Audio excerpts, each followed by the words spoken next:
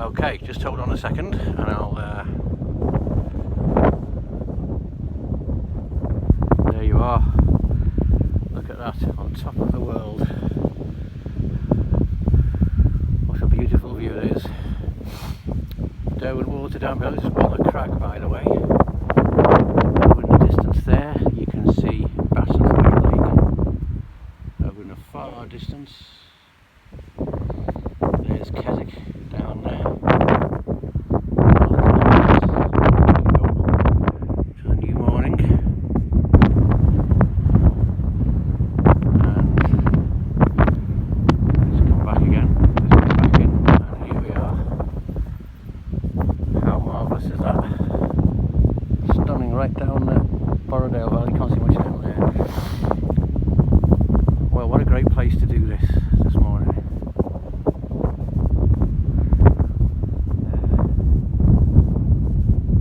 Great place. Not often you get this place by yourself. Mist coming over from behind me.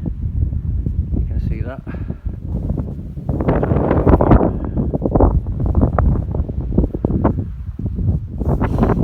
So, reminds me of the time, as we're talking about, of course we're talking this week, aren't we, about focusing on Jesus, fixing our eyes on Him. And remember, we've talked about mainly in adversity. Sorry about the camera moving, by the way, but it is a bit windy up here. But remember the time when Jesus went to the top of a mountain with his disciples, Peter, James and John. Got to the top of the mountain with him. Well, I've come down here now into the relative peace and quiet of our campsite where we're staying, and I thought I'd record it for you here, since you couldn't really hear a thing. I did it yesterday afternoon, and it was just too noisy. So we've come back down here, and so I wanted to talk to you today. We're looking at fixing our eyes on Jesus, weren't we? And we were up on top of the mountain, and I tried to think of a time when Jesus went up on the mountain, didn't he? And he took his disciples up there, Peter, James and John, and they went to the top of a mountain where Jesus went there to pray. And as he went to pray, he was transfigured, it says, before him. It's in both Matthew and Luke's Gospel, and Mark actually, but all record it.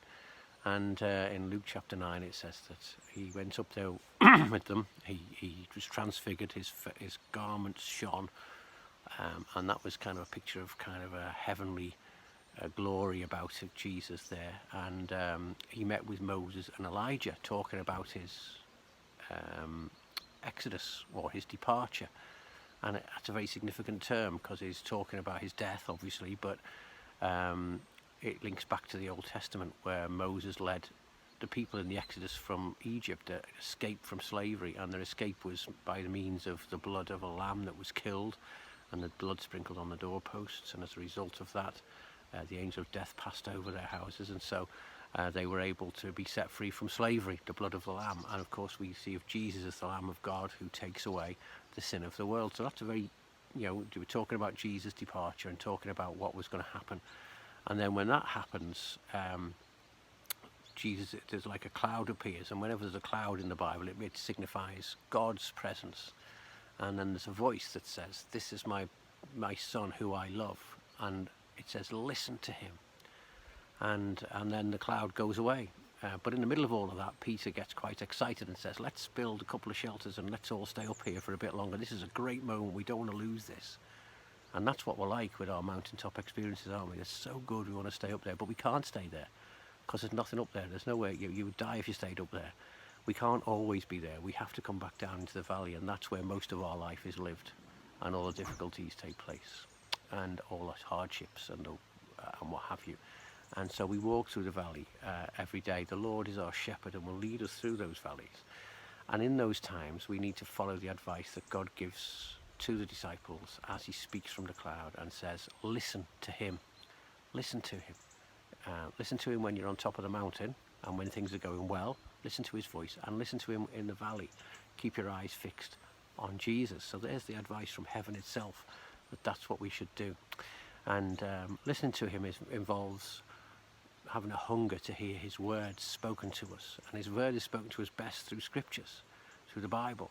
And so we need to spend time with that each day, as we've already said many times. We need to spend time with him in his word and hear what he is saying to us.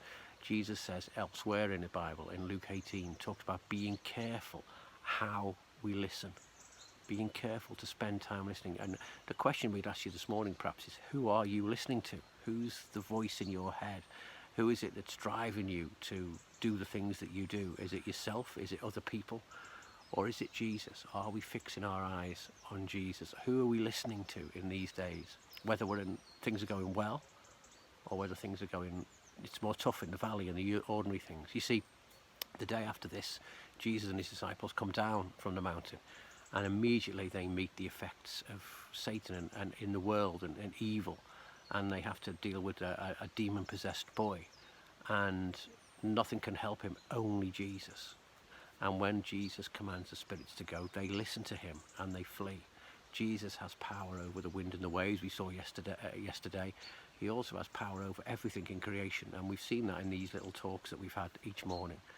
And so, who are you going to listen to today? Who are you going to listen to? Who's the dominant voice in your head? Don't listen to your heart, because that will deceive you. Don't listen to the world, because they don't know any answers.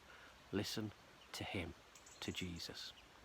Well, that's it for this morning, really. Just a short talk again. I'm sorry we had to come down the mountain to do this, but hopefully you've heard it a bit easier.